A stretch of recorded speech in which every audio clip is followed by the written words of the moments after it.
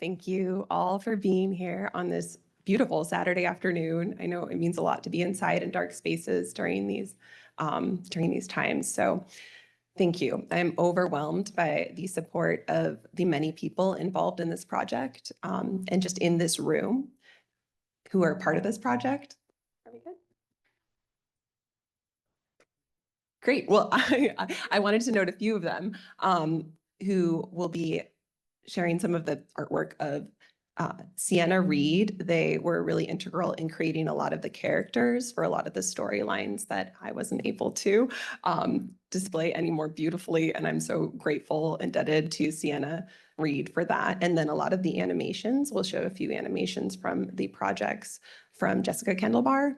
And again, thank you to the community of Sitka for your trust in me with both local and Indigenous knowledge and the use and sharing of those. So I wanted to start just from sharing my lens, my framework, going really into this research and into my PhD research, which focused mostly on abalone, and then sea otters kind of snuck their way in there. And then how it's changed from this local perspective to a more classically trained Western scientist back to kind of this community ecologist. So are you ready to get entwined?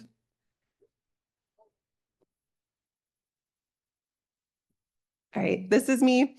I'm a local. I grew up here. I'm a third-generation settler descendant and a guest here on Aaní.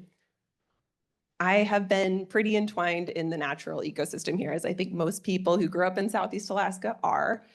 Here I have a branch of hemlock, and I think attempting to put it in the water in the middle of, I know it's a very blurry photo, but there's a lot going on in the background. This is herring season, spring of the 90s, and in a place where herring aren't fished anymore. So just these really changing ecosystems, this really changing connections to these areas, but also, I'm not sure where I learned about hemlock branches, but this sort of underlying knowledge of if you put a hemlock branch in the water, herring will spawn on it, which is just magical.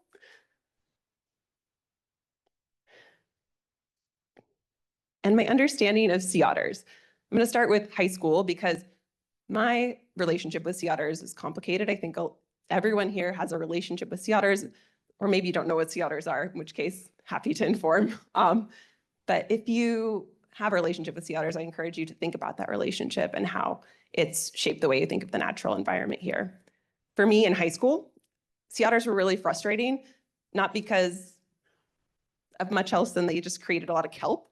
And I didn't really know why they were creating the kelp precisely. I just knew that there were fewer abalone, which is what I was snorkeling for. And then there was a lot more kelp to dive through and get tangled in to try and find the very few abalone that I wanted to harvest. And this was my frustration with sea otters. But yeah, again, this is this perception. It wasn't necessarily knowledge of what was going on in that ecosystem. And it really did shape my early relationship with otters and my understanding of what they were, and not necessarily in a correct way.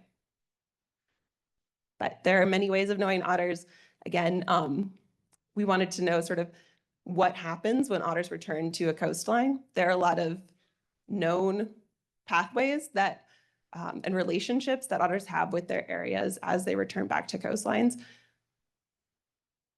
And we wanted to kind of know, how does shellfish affect people that rely on, how does that impact the people who rely on shellfish? All of these really complicated relationships.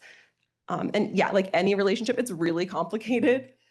And it involves a lot of invisible connections and a lot of really real invisible connections, this sort of invisible fabric that weaves us all together that you don't see without perturbation. Like the removal of sea otters from Southeast Alaska was a very big perturbation to this ecosystem and allowed us to see a lot of those invisible relationships. And then also this sort of perceived relationship, whether real or perceived. So I want you to also think about what abalone mean to you. Maybe you don't know what abalone are. We'll get into it.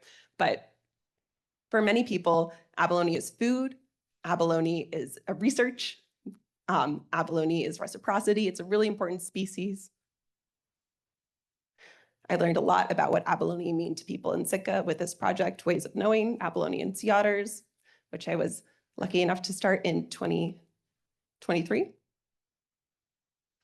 And then abalone really connect us. This is a piece of regalia with abalone that was traded from California and then pieced into this Tlingit regalia. And that's because the abalone in California are much larger. So there's a real connection that abalone have. All right, this is what they look like in real life. They kind of look like the bottom of the ocean floor, which is beautiful. They are marine snail. Gunha is the Tlingit for pinto for abalone, and then Haliotis is the Greek for sea ear. So they're the smallest of the species on the Pacific coast, and there are actually 8 species of abalone on the Pacific coast. They are super fast, as you find when you're diving and you're trying to measure them, and they just up and move. They are really shallow in Southeast Alaska, but in other areas, say like the Channel Islands, they are actually at super deep depths up to 90 feet. And I think it's really important to note too, they have this huge range. So all the way from just north of Sitka, and there were some reports of them being even into like Yakutat areas, all the way down to Bahia de Tortugas in Baja. And they prefer rocky reefs, really beautiful dive sites. Really importantly, they're the only species of abalone in Alaska. And they're really different densities all the way across their range. And so some places they're listed as endangered in places as close as Washington State. And folks are not really able to harvest them in any other place along their range, except for here, which is really special.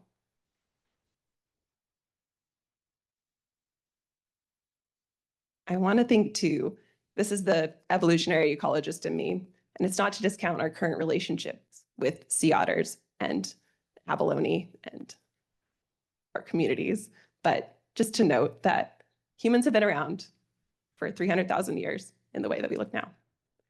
Sea otters, as they look now and perhaps act now, have been around for 1 million years. And abalone have been around, as they are now, for 70 million years. So the interactions are really more recent on a timeline. And the longest relationship between sea otters and abalone was that of the pre-contact period of indigenous science and management. And I want to pass it on to my digital self to talk a little bit about that timeline.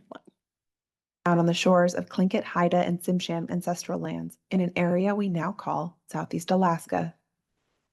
The indigenous people of the area have stewarded their land for thousands of years, managing complex ecosystems thanks to generations of knowledge on species interactions. Interactions like those with sea otters, which historically were abundant in the region. Sea otters consume nearly 1/4 of their body weight a day and love to eat shellfish like abalone.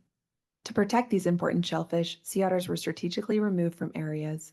This historical indigenous management was interrupted in the late 1700s by the arrival of the Russians, who coordinated the intensive sea otter harvest as a part of the international maritime fur trade. Over 100 years later, nearly all the sea otters were gone. Hope for the sea otter came in the form of the Fur Seal Treaty signed in 1911, which banned sea otter hunting. Unfortunately, this was not enough to recover sea otter populations in Southeast Alaska. While we don't know exactly how abundant abalone and other shellfish were following the historical removal of sea otters, in their absence, shellfish populations grew large enough to support commercial dive fisheries. The abalone dive fishery began in 1964 with a few divers, and harvest steadily increased until peak amounts of harvest in 1979 to 1981, which were followed by a 90% decrease in harvest amount. Still, more divers joined the fishery, but they were catching fewer abalone. Commercial divers and subsistence harvesters complained that abalone were becoming harder and harder to find. Before the fishery even began, there was another big change to the ecosystem. As a conservation measure, sea otters were reintroduced from the Aleutian Islands to select areas of Southeast Alaska in the late 1960s. Otter populations expanded throughout areas of Southeast Alaska, growing at various rates based on their locations. There was shared concern over otters ruining the dive fisheries. However, otters were not documented in commercial abalone locations. Otters were not documented in commercial abalone locations until after the crash of the fisheries, which I found out through a lot of really interesting historical research, looking at literal floppy disks and ADF and G basements. So that was something.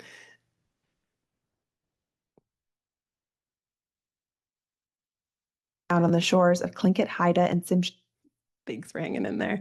All right, so historically, again, there was this dive fishery, and that was pretty detrimental to abalone populations, again, before sea otters really moved into these areas. The amount of harvest was really most intensive in areas of Prince of Wales.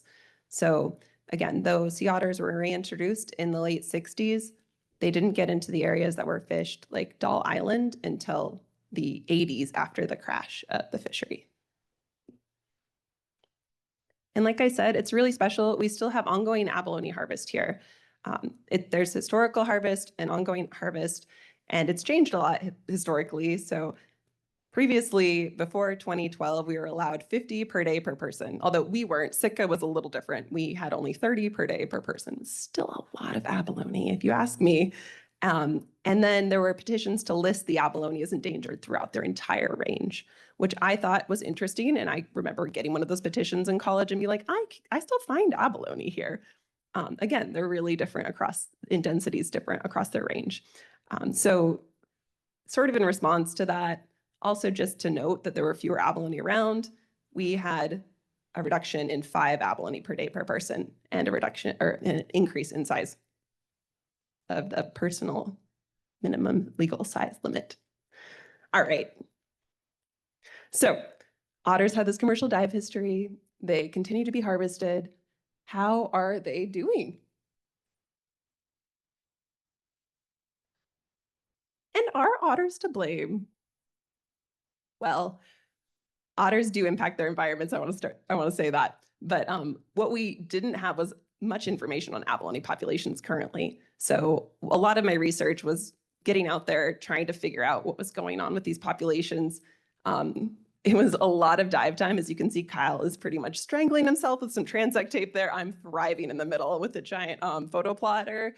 And we got a lot of information on not just abalone, but on the kelp and the urchin populations as well. And then we did that in areas with and without sea otters. So Southeast Alaska kelp forest ecosystems are beautiful. I hope you've seen them. I hope you've been out in the water on the boats or just intertidally here or in the water. I know there's snorkel groups out there. In areas where sea otters were absent, we were finding these urchin barrens. And maybe you've heard of this. There's just tons of urchins and not a lot of kelp. So that's me swimming. There's a lot of red urchins that are very large along this transect tape too, and just no kelp. We were also finding in areas with sea otters a very similar scene to what really frustrated me in high school, which is just a ton of really tangly kelp. It is really beautiful, but it is very tangly. So I wanted to know, what is going on? How does that affect abalone? And I want to backdrop to a really known relationship between otters and urchins and how that again relates to abalone. So we have information on urchins and kelp in these areas. And we know that there's this direct interaction between otters. Again, as that movie said, they eat about a quarter of their body weight a day. It's really a lot of food. And they eat urchins. And this is a known pathway that's been proven in the Aleutians and in Southeast Alaska. So they have a negative impact on urchins. And when they eat more urchins, we see that kelp because there are fewer urchins to eat the kelp. Yeah, so if you didn't know, urchins are herbivores and they love kelp. So this is this magical, invisible relationship that we have with otters and urchin kelp. Now, how does that include abalone? Is really my question. I was mostly interested in abalone. I gathered all this really wonderful other information, but how are abalone tying into this story? Well, we have otters eating urchins, urchins eating kelp, and abalone also really like kelp. So we have urchins and abalone competing with each other for the same resource, which is kelp. And that is a negative relationship. Also, what we do know is that urchins are much more voracious than abalone, so they have a much better chance of eating and consuming kelp than abalone are. And we've seen this in areas in California, where abalone will be out and starving, and urchins will just hunker down in these barrens and exist forever. So otters also eat abalone, but they eat urchins as well, and urchins are abalone competitors. So there's this invisible positive interaction of sea otters being in these areas as well. So if you're following, I'm going to just walk us through a graph. We can do it. So we have areas, again, with very few or no otters. And this is actually really of the time. This was in 2019. There are sea otters in these areas now. So this is a really unique study, and it was a cool opportunity to capture before otters moved in. There are areas with low otters, areas with high otters, and areas with a moderate otter influence. And I can happily explain how I calculated moderate otter influence in the future if you're interested. So abalone density is going to be really dependent on the number of otters. If there's tons of otters, they're probably eating both abalone and sea urchins. If there's no otters, then there's going to be a ton of urchins, and urchins really outcompete abalone for the shared resource of kelp. So we get this dynamic of this competition in areas where there are no sea otters for kelp, so fewer abalone, areas where there are tons of sea otters impacting, just eating the shellfish. It's usually areas that were recently established by otter populations. Those populations are growing really quickly and eating and consuming a lot of the food. But then there's these areas where the otter influence is sort of moderate. Those areas might include areas that were hunted recently, or areas that have had longer sea otter occupation, because sea otter occupation is pretty important. As sea otters stay in a space for a long period of time, they actually turn out to specialize a little bit. And so some sea otters just might swim right by an abalone, even though they could eat the abalone. They might really prefer snails instead, or some other species. So sea otters are pretty funky. So in this moderate influence is where we see highest abalone densities, because sea otters are eating urchins, and they're just not hitting the inverts as hard. This sort of moderate disturbance theory is really at play here. And Sitka is right in the middle there. So that's where we rest in this moderate otter influence area. All right, what is going on in Sitka? So this is just the densities of abalone in the general area of Sitka. So it's a real generalization because there's a lot of difference in densities across these areas, but I think it's really important to note that Sitka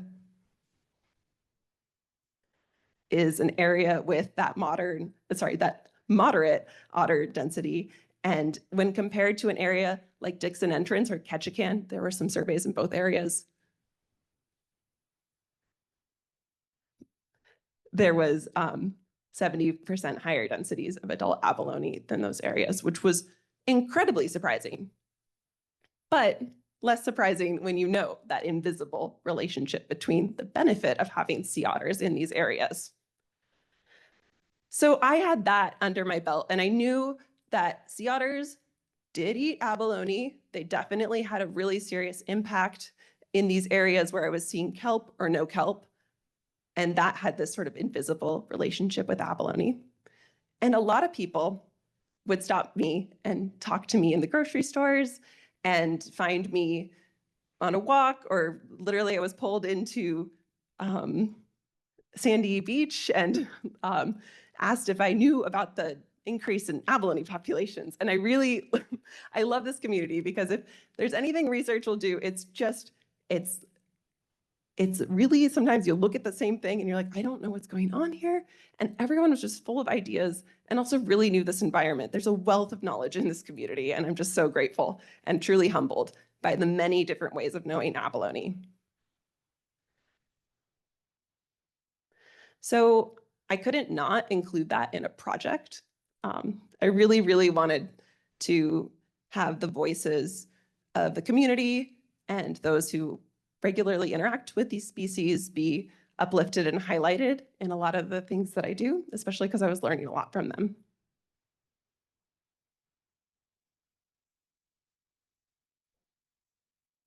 So I was able to take these different ways of knowing, they're not wholly comparable, but pairing them, understanding that there's a mutual benefit for all of them when it's done intentionally and with respect and support of the other ways of knowing.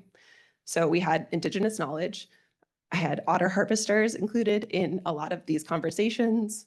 There was Western science, and then we had local and place-based knowledge. So we called this project again, Ways of Knowing, and the community project goals were to, one, develop the collective understanding of current and historical and potentially future dynamics of abalone and sea otters. Then also to support the tribal and stakeholder sovereignty in the management and future research of these special species. And this was really important because I'd done a lot of regional work, and locally is really the scale that's important for harvesters. People know their local spots. They know what's going on in those areas. And this is the important scale at which management is really important to the people in this room.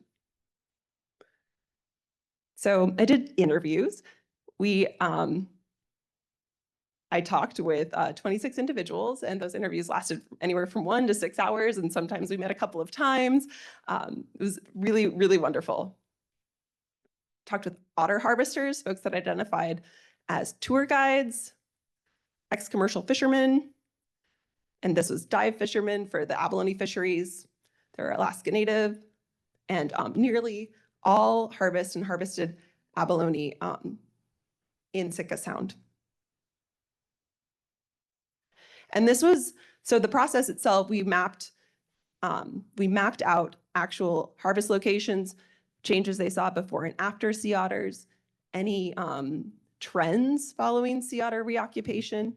We also gathered information on the amount of harvest and just to better understand patterns of harvest, otter behavior, and harvest access, and then finally asked for some management recommendations.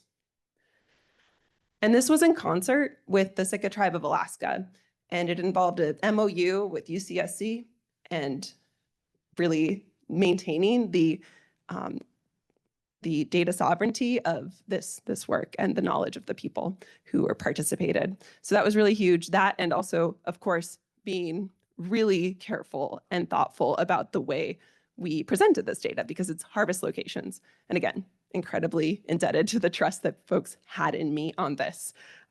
You can't really just get away with giving away harvest information anyway in this town. People will find out. So I'm a pretty safe bet, but it is really, really wonderful just to learn about these spaces from local experts. So we found some more local timelines for the sea otter reoccupation, which was awesome because throughout Southeast Alaska, sea otters were reintroduced, and then there were very few surveys regularly documenting the growth of sea otters into areas. So we just didn't know exactly when local areas were occupied by sea otters, which is pretty detrimental when you need to know the occupation time of an area because occupation time matters. Then we observed changes in both sea otter abundance and abalone abundance over time in very local spaces. We saw shifts in otter foraging behavior over time. There were reasons for harvesting or not harvesting. So whether that was ecological, cultural, economic, access, and again, locations of high harvest activity, and some information that sea otter harvesters wouldn't report on a card to U.S. Fish and Wildlife, like struck and loss, which was really important. And then some of the indigenous knowledge, which just won't show up on any of the graphs. Some of these are not my story to tell, but what I did find and was able to, am able to share with you today with permission, is that the removal of sea otters from these harvest areas were intentional. And it was really to garden for things like clams, crabs, this sort of fear ecology, as we like to call it as in ecologists lingo. So We also find, and harvesters reported, that abalone populations increased in the years following intensive harvest of sea otters at locally harvested sites, which was really, really cool. And then less cool, but really important to note, was the loss of knowledge and that relationship with abalone and sea otters. So again, I talked about the longest relationship between abalone and sea otters being that of the pre-contact indigenous relationships and management from generations of knowledge. And then post-contact, a lot of that relationship changed and a lot of that knowledge was lost. And I think that was really important to note too.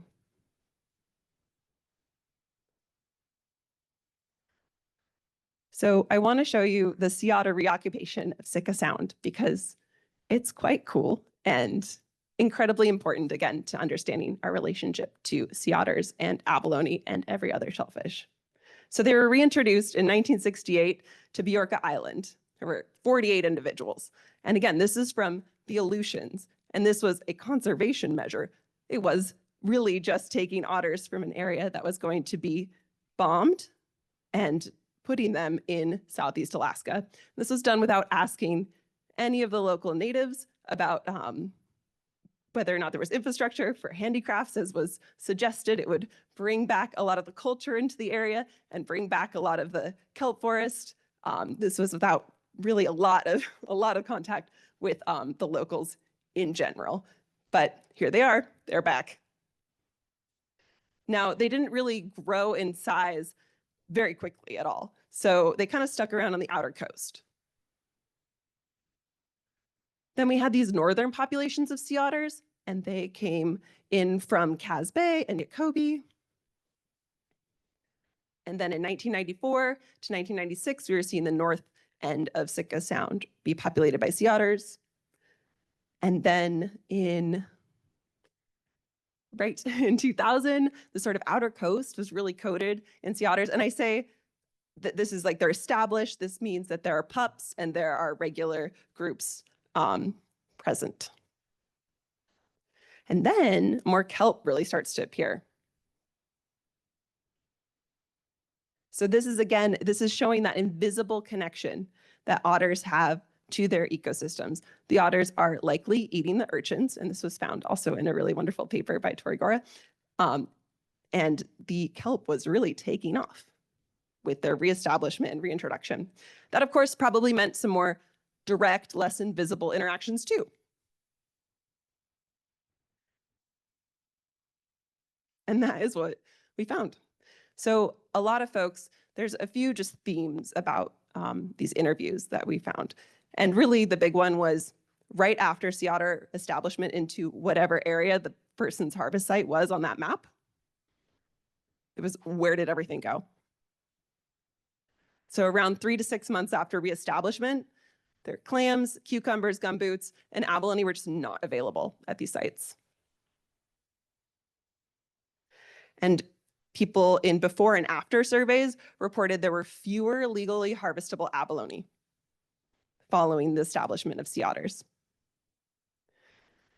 What was really interesting to me and really kind of beautiful, and talking with people who really know their resource and they really see the changes, they all have opinions on, we all have opinions on the cause for changes. And this was a theme that I heard from a few folks. This is a commercial diver, an abalone harvester, who is on the anti-otter bandwagon. And I heard that from a lot of commercial fishermen. Otters were going to ruin their commercial fishery, and they didn't help. But obviously the fishery had crashed.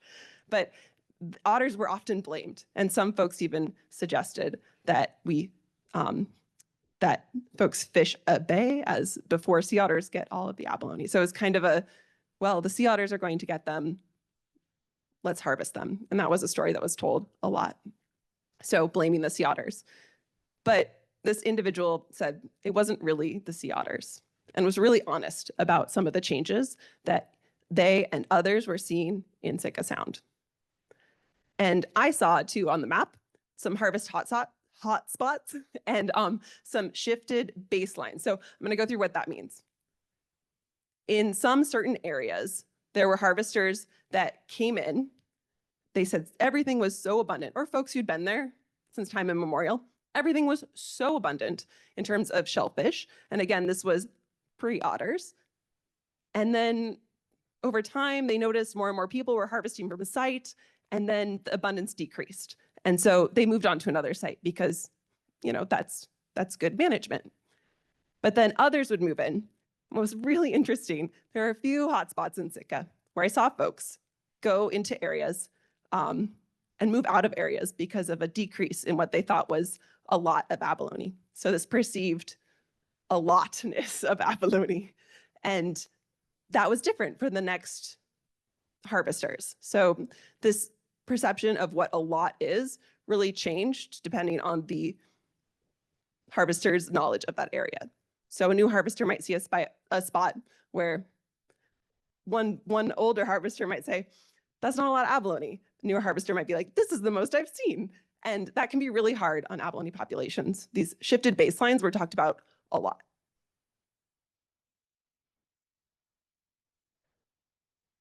So we did the before and after sea otter reintroduction, but what was really cool was having this map and this information on sea otter reintroduction to specific harvest areas. So when people reported many legally abalone, excuse me,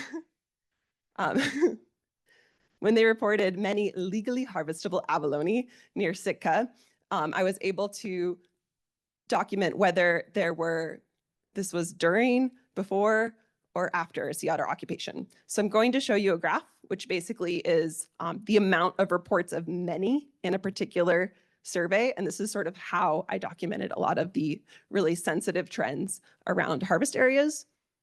And then over time, what was happening with the many abalone that people were seeing there.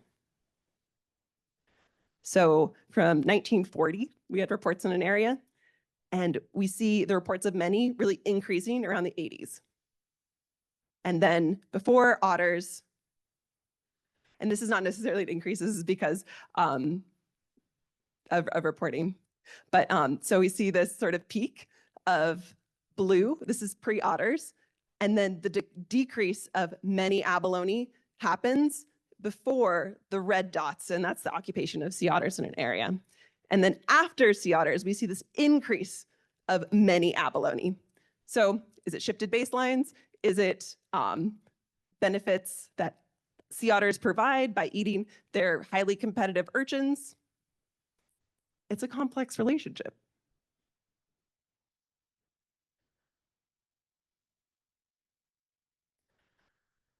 What I did find was this commonly held misperception of sea otters, and it's something that I held in high school. It was a perception that I had as well, was that sea otters have an exclusively negative impact on shellfish and abalone. And it didn't help that the return of sea otters really fell in line with that. They did fundamentally change the ecosystems. And I like this quote. One harvester said, let's avoid the effects felt by the initial reestablishment of sea otters, because they were pretty intense.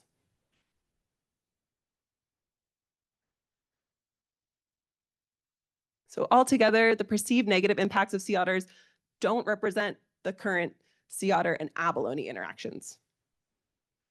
And the interactions at these large scales that I was seeing regionally are really complex too, but it's better informed to do species management at these local scales, important to harvesters. And the harvesters really were able to identify in some local areas issues with their harvest sites and maybe why there were fewer and fewer abalone. So of course, humans were mentioned, sea star wasting syndrome, birds, other weasel species, and then again, the indirect effects happening at smaller scales. And indirect effects were these invisible relationships. We had some conservation and management recommendations. So no permits, people don't want permits, they do not want to deal with permits. And maybe increased policing. Maybe self-policing. Folks talked about folks walking the beaches and having that accountability of other people are watching you. And rotating abalone harvest sites, involving younger individuals creating a respect for the space and the species. Then only shore picking, and this was done historically, where abalone were not picked much farther. We weren't diving for abalone commercially. It was just low tide harvest and just subtidal harvest. None of that diving. And then to track popular abalone and otter harvest sites. So community connections with sea otters and abalone. These returning sea otters really do reshape our ecosystems, but it's just not always in the way we expect. We're really entwined with these very direct interactions and a lot of invisible relationships as well. And I appreciate your patience as we sort of entwined ourselves into this story. I want to thank a lot of people, a lot of the audience, thank you. Some of which are my school teachers, thank you. This research, of course, took place on Tlingit Aaní. So Gunishish and Hawa, thank you so much to all the participants. If you want more information or to read a really long report, you can find all that on this project website, abalone.com. And a lot of thanks to Donna Hicks-Eck, Chuck Miller, and Sitka Fish and Game Advisory Committee for helping me with a lot of and Mike Miller for helping with Project Insight, and just Sitka Tribe of Alaska for really helping guide a lot of the doing it right in a good way, this project. Thank you.